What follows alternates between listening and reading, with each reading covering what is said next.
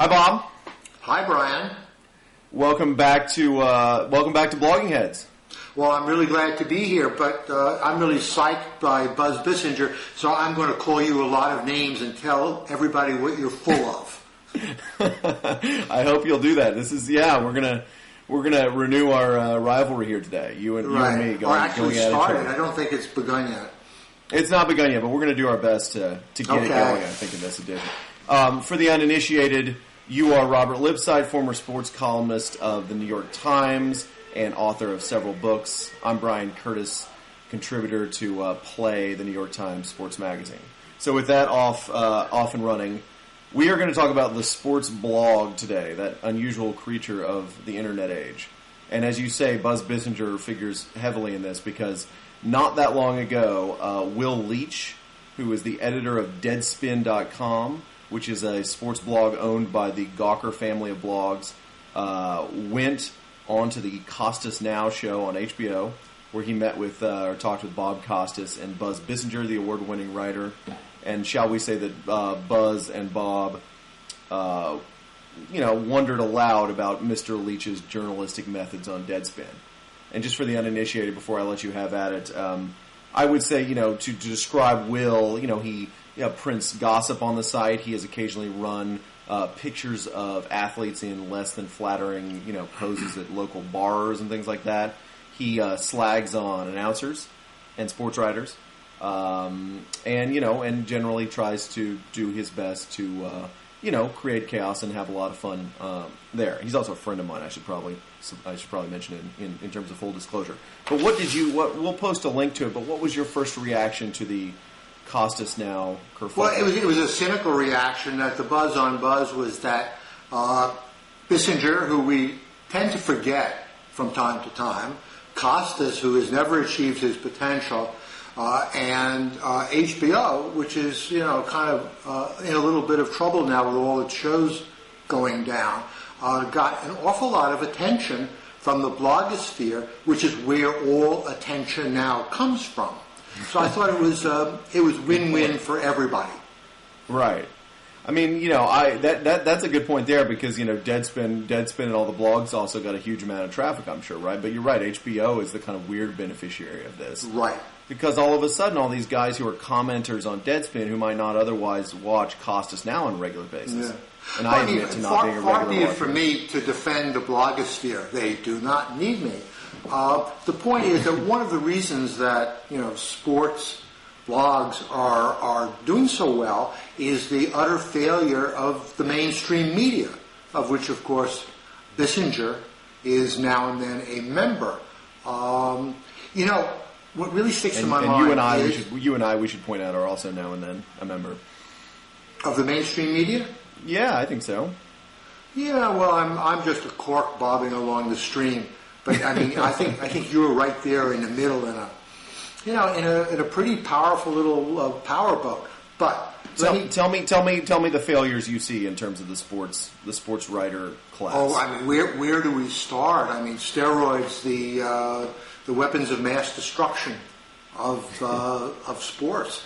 I mean, all these sports writers for all these years who are now follow me, who are pretending to be inside. I mean, one of the raps on Leitch is that Deadspin claims not to have access. Well, I tend to believe that sometimes somebody sitting alone in a room can see the forest in ways that somebody who is purporting to be an insider doesn't. I mean, we have the same situation with people beating up Scott McClellan at the moment for not so much betraying Bush, but betraying the mainstream media as people who just kind of passively laid down for him. Well, there's no question that the mainstream media has passively laid down totally for the sports industry. There was something I'm going crazy here, but there was something on Deadspin I loved when Jason Giambi of the Yankees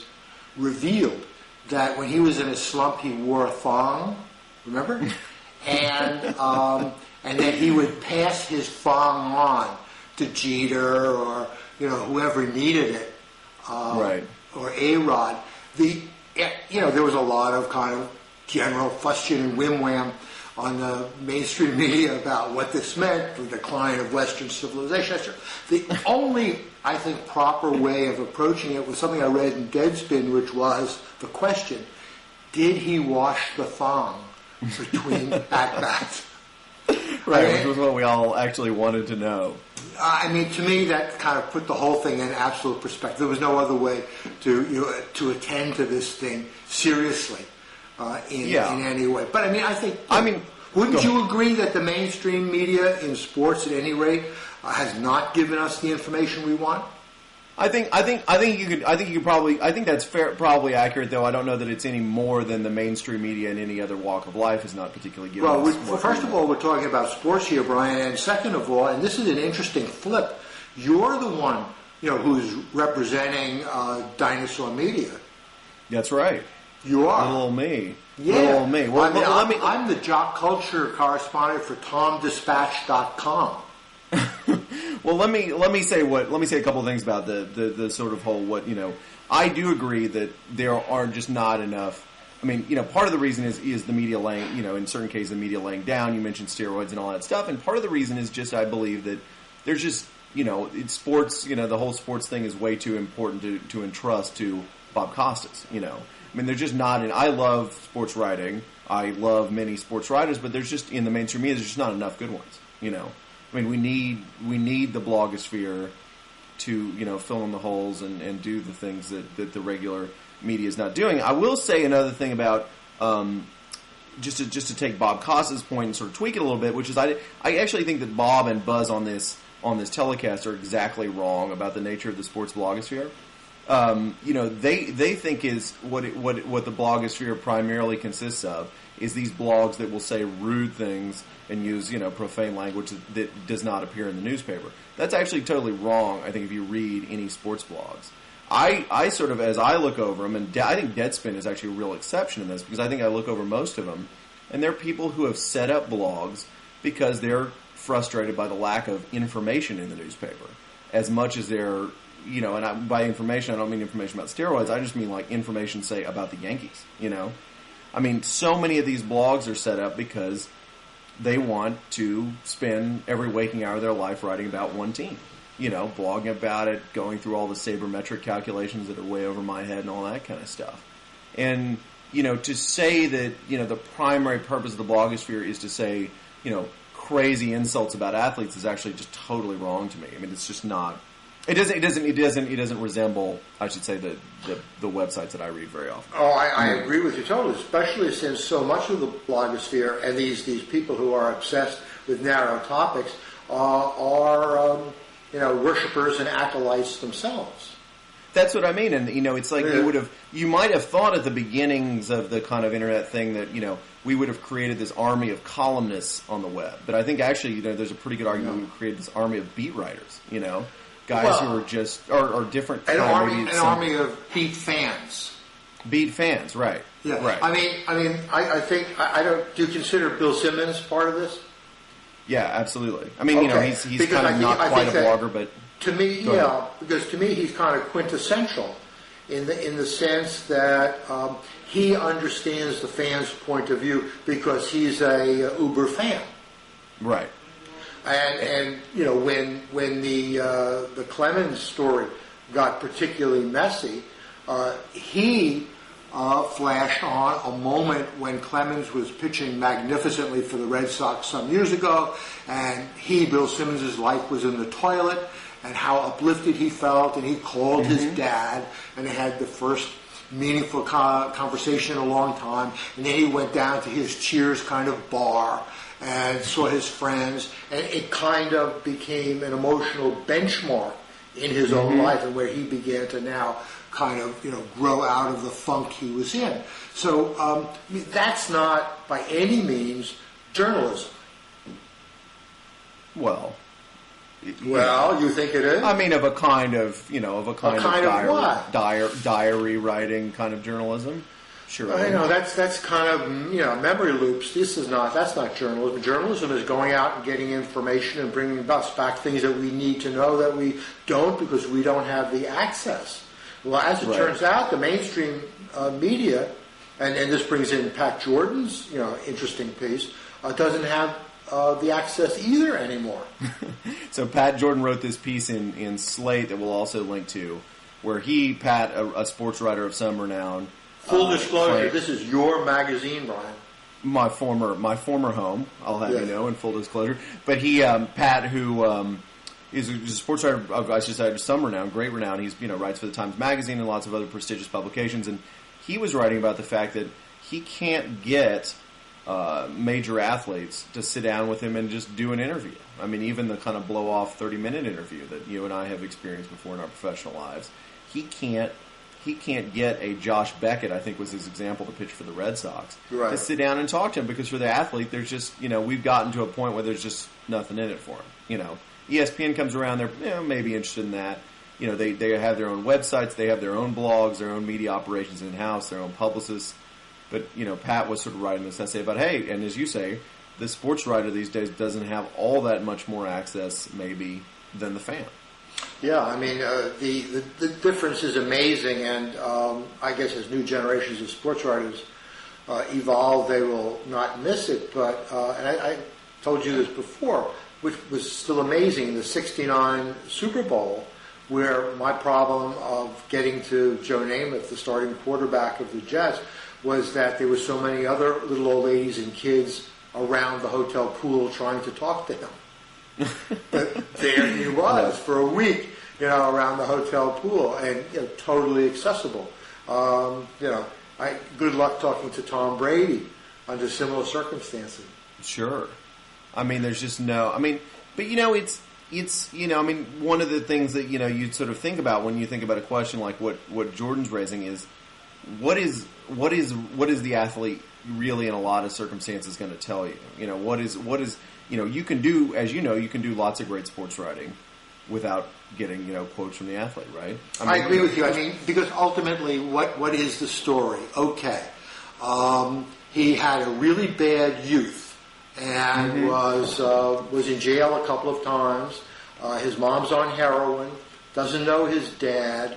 If it wasn't for Mom, who was usually his grandmother, taking him in and beating him up every so often and putting him on the straight and narrow, he would never have gone to Choate and then gotten a Division I scholarship and, now be on the Buccaneers. And the first thing that he did, when he got his enormous signing bonus, was go back and build a house for Moms and visit the rec center and talk to kids there about, don't do drugs. But those kids kind of really looked at him and they said, wow, you did all those drugs. You beat up a lot of guys. You were in jail. So I guess there's some slack for me too.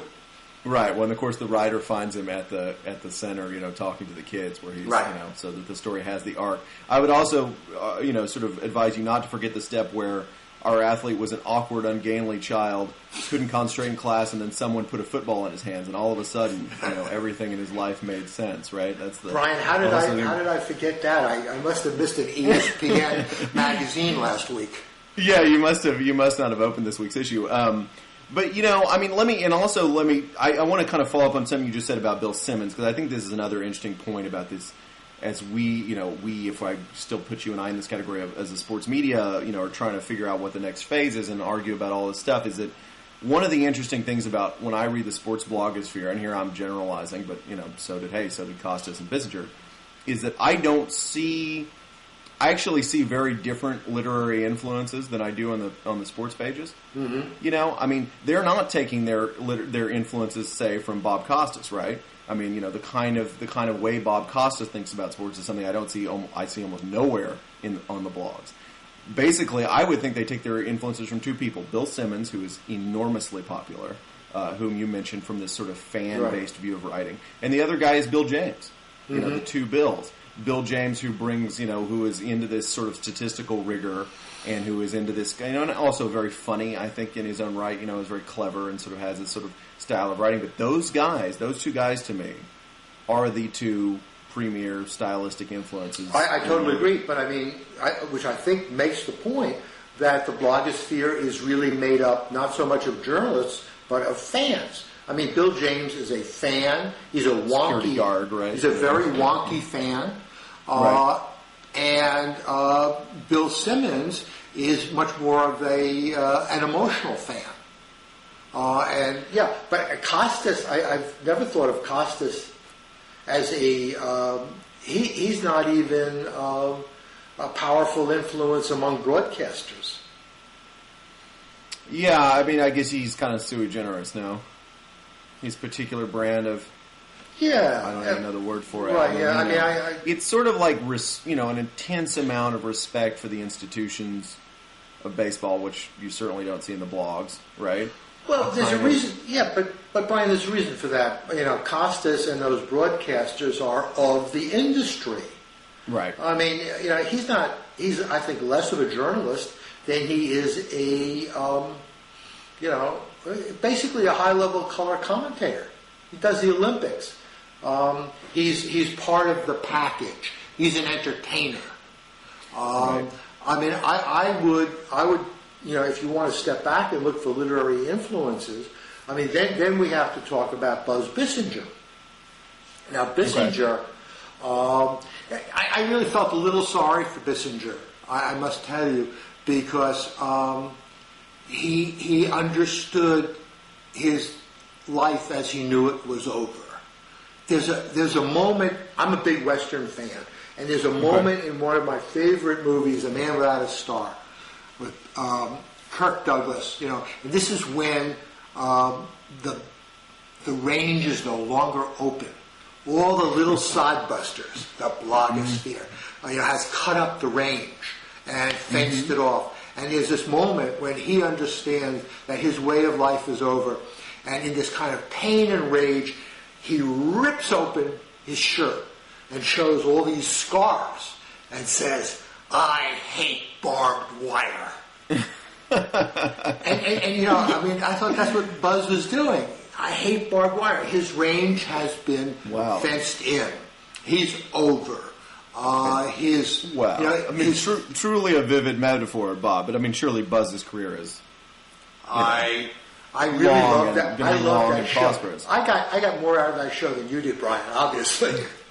I did get something out of it, which is that I got a lot out of it, because I sort of thought that what they were saying was exactly wrong, and it helped me hone my opinions in the opposite direction. But I think that, there is this. Can we also say, and I don't want to leave the topic of Deadspin without bringing this up, that part of the reason I think that somebody like the two guys who were on that show are uniquely sensitive to Deadspin is because it slags on writers and broadcasters, which the mainstream sports media does not do typically often. I mean, when you talk about things that fans do, there's two things a fan does after he watches a game. One is complain about the coach, and this number two is complain about the broadcasters, right? Can you believe he said this? The idiot said this. Oh, he missed the call. Oh, he's favoring the other team. And, you go on Deadspin and all of a sudden, you see the likes of a Bob Costas and all the sports writer friends and all the, buddies actually take into account, right? That isn't something that's happened, in the pages of the newspaper, I would say, with a huge amount of frequency.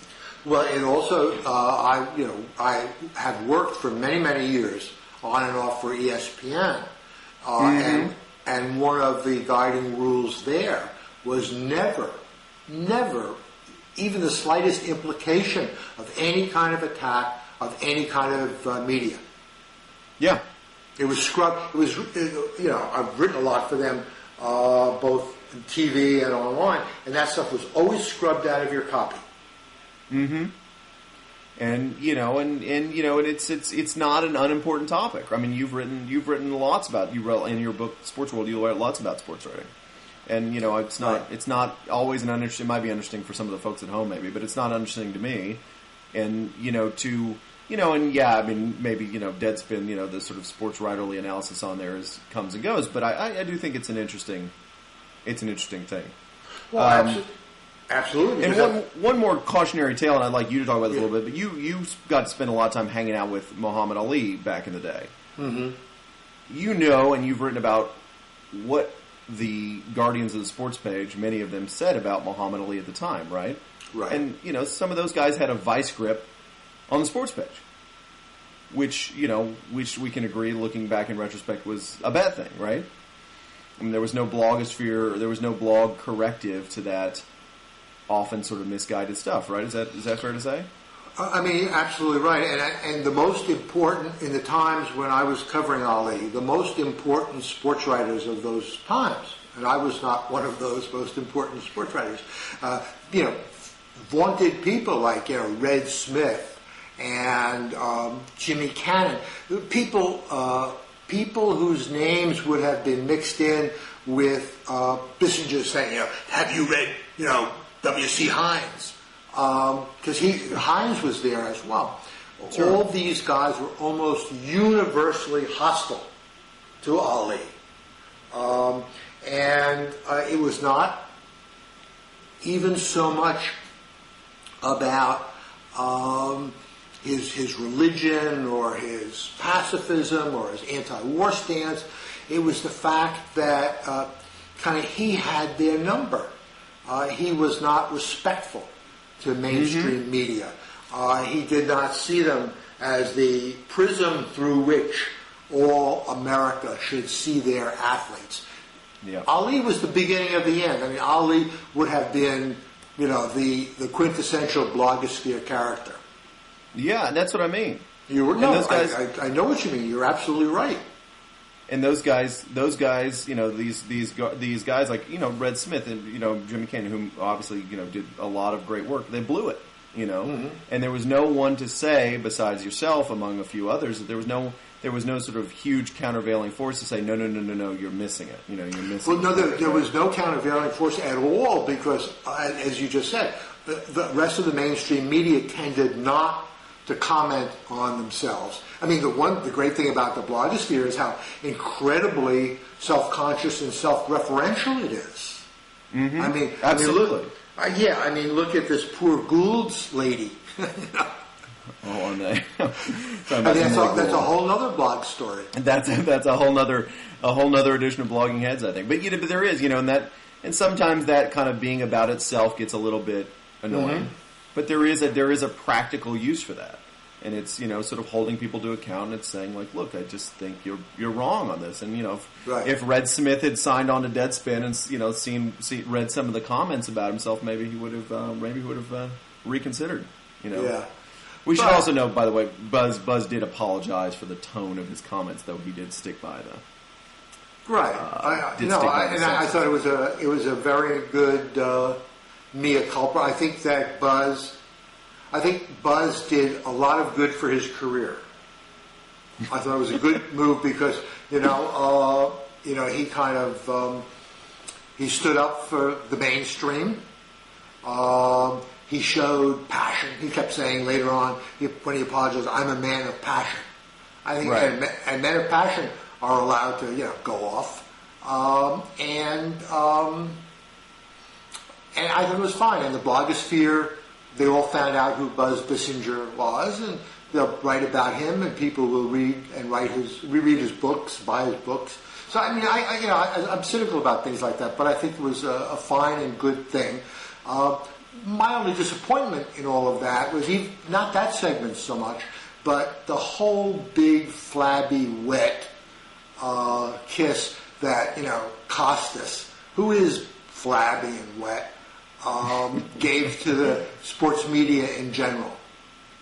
I just don't know what he's reading. I don't get what he's reading and thinks, wow, this is so good that it must be defended, even on crazy terms. Yeah. I mean, I just don't.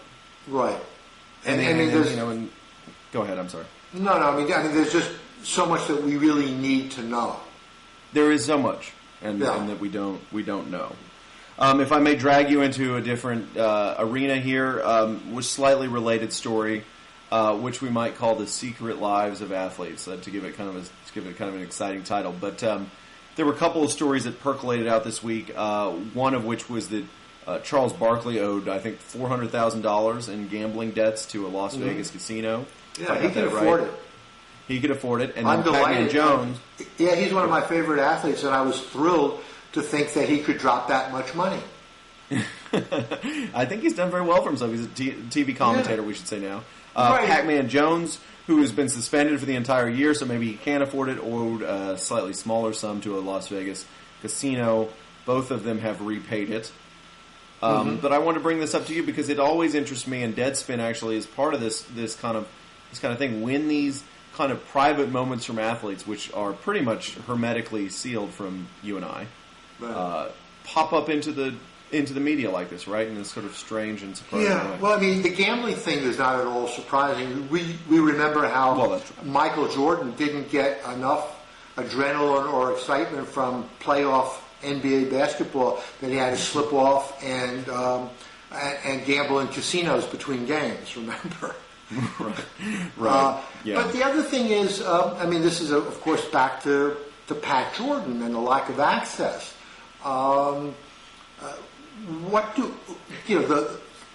Arguably, the most dominant athlete in America today is Tiger Woods.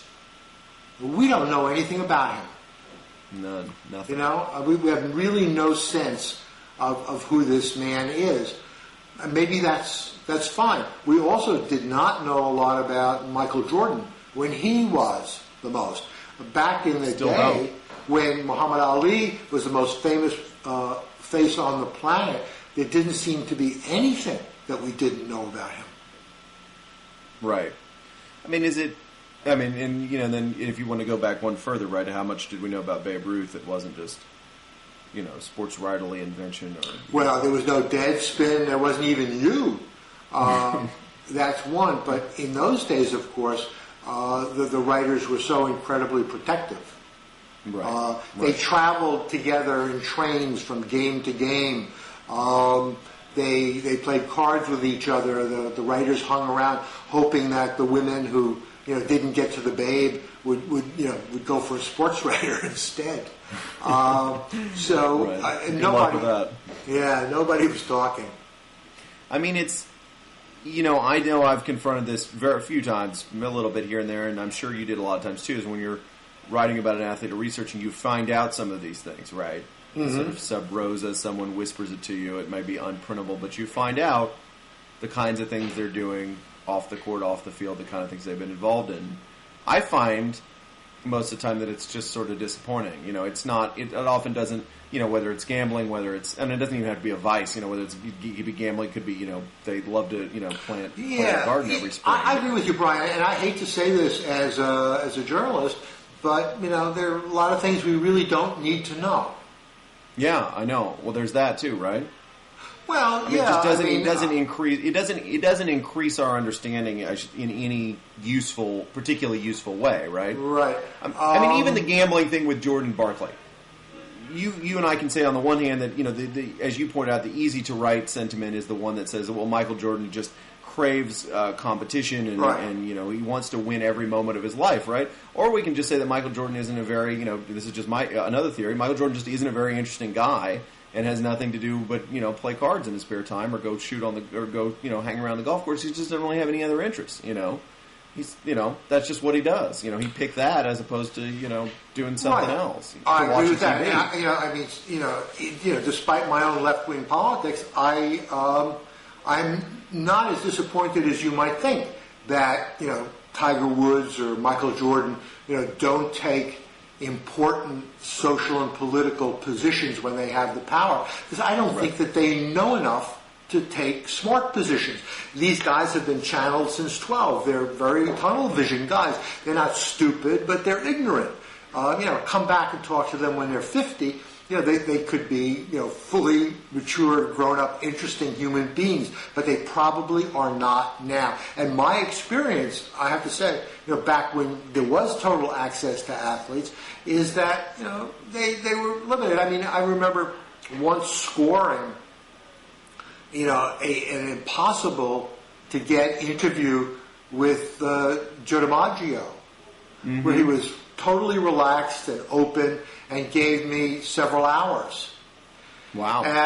And it was really one of those still waters run shallow. I mean... And they didn't have anything to say, right? Lovely man, but he had no real insights other than, he was his stomach was very sensitive and he had ulcers because he was scared a lot before games. And after that, he really didn't have, he really kind of a sense of his times. or even a lot of self-awareness. So, and I think that's not uncommon. And why should we expect that of guys who have so channeled their lives to delight us in a very narrow way? I think that's right, and but it is a natural, and I confront this as a writer, and I confront this as a fan. It is a natural emotion to think that someone who does something so wonderful and as pleasing as you say and beautiful out there on the field of the court is going to be a beautiful person. I mean, you want to then just take those values and impart them to the rest of their lives, right? And I actually think that I feel that tension in sports writing a lot. You read a kind of one of these kind of worshipful profiles of an athlete in various magazines or newspapers, and what the writer clearly wants to do is they've gotten a chance to meet this guy that they're very fond of, his athletic accomplishments, and they want to tell you that he's also a good guy, right? I mean, they're straining to tell you that yes, he speaks to kids after school, and helps them stay on the straight and narrow. Yes, he gives money to charity. Yes, he built his grandmother a house. Yes, there is more. But often there just isn't really much more. Well, I think people try to do beauty this is on the court, and that. Yeah, I'm sorry. Finish. No, go ahead. No, I was thinking, but magazine writers try to do this with, Harrison Ford and Angelina Jolie and Placido Domingo, It's the same impulse. Project, all their emotional neediness on these characters who are, tend to be a little empty sometimes. Or very protective, or awful. It could be anything. Or they could be great people. They could be fabulously well read. There's always a couple that come along. But it doesn't. It is a weird sort of projection. And like you said, to me, it's one of when we talk about the difference between being a fan and being a journalist. I mean, it seems to me to hit both those groups with pretty equal intensity. Yeah, but this is why I'm such a fan of the blogosphere, because most of these guys are fans and are fairly upfront, about their adoration. Even if they're being snarky, it's really kind of, to cover their worshipfulness with sarcasm and irony. Whereas mainstream journalists, who very often are just as worshipful, which is why they became sports writers, have a very different posture. Right. Well, I think you and I have done a very good job covering our worshipfulness with sarcasm and irony in this discussion today. Well, don't you? Yeah, and I hope those guys will pick up on it and attack us and, Have we stirred up enough hornets? Make us even more famous than we are. No, I don't think that we've done anything to make them, feel bad. I mean, they're insecure. They're, guys sitting alone in little rooms, imagining a universe they will never touch. What do you think? This is I like that very much. This is the essential quality of the sports writer, right? Mm-hmm. I was thinking about this question the other day. Is just it's funny. I don't know what your athletic exploits were like as a kid. Mine were absolute zero, probably in the negative column. But it is very funny in a sense to try to be a writer writing about athletic exploits that feel good. That are sort of satisfying in a way, in a physical way when you've never experienced them yourself, right? And you sort of, if you had your druthers, you would have probably experienced them as a kid. Well, I've done a lot of writing in opera and classical music in the last few years, and my experience with looking at the media there, I think that much like the sports writing media, these are people who somewhere along the way were cut. Now, whether you were cut, in kindergarten when they said you couldn't play kickball because you kept missing it too much.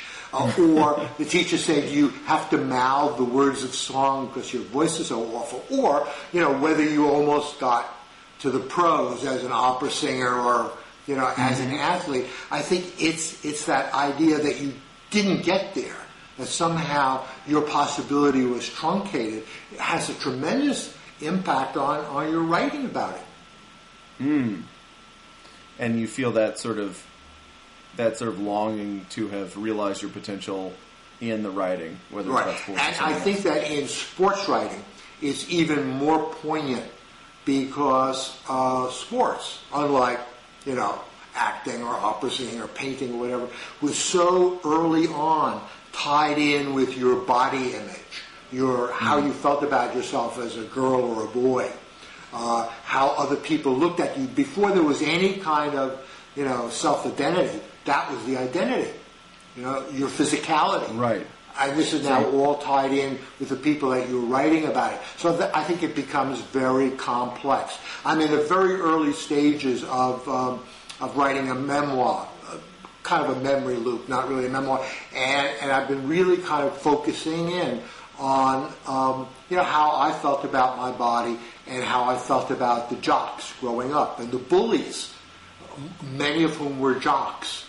And the sense that many sports writers, and I'm wondering whether I may be one of those, and certainly I kind of smell it in the blogosphere, are getting back at the bullies who tortured them. I mean, the blogosphere is much better than going into the school cafeteria with an AK-47 and wiping out the football team. Yeah, we can agree with that. Yeah, absolutely. But you're reliving this childhood trauma. Or as you said, sort of revenge for the childhood trauma again and again and again. With every game, with every Yankee game. Yeah. Wow. This is Groundhog Day of the physical soul. I like that, Bryan. That is fantastic. I hope that's going to be in the memoir. Yeah. Well, it will now. I just thought of it. Well, I'm going to. I think we should sign off before we relive any more childhood traumas here. I'm turning into a puddle. I'm really beginning to feel really bad, Bryan. Thanks a lot. I am too. I'm going to go reconsider my career and try to join the opera. Mm-hmm. Yeah, I'm going to go to Chelsea Piers and I'm going to swing at 100 fastballs. There you go. All right, Bob. Talk to you soon. Thank you, Bryan. Take care.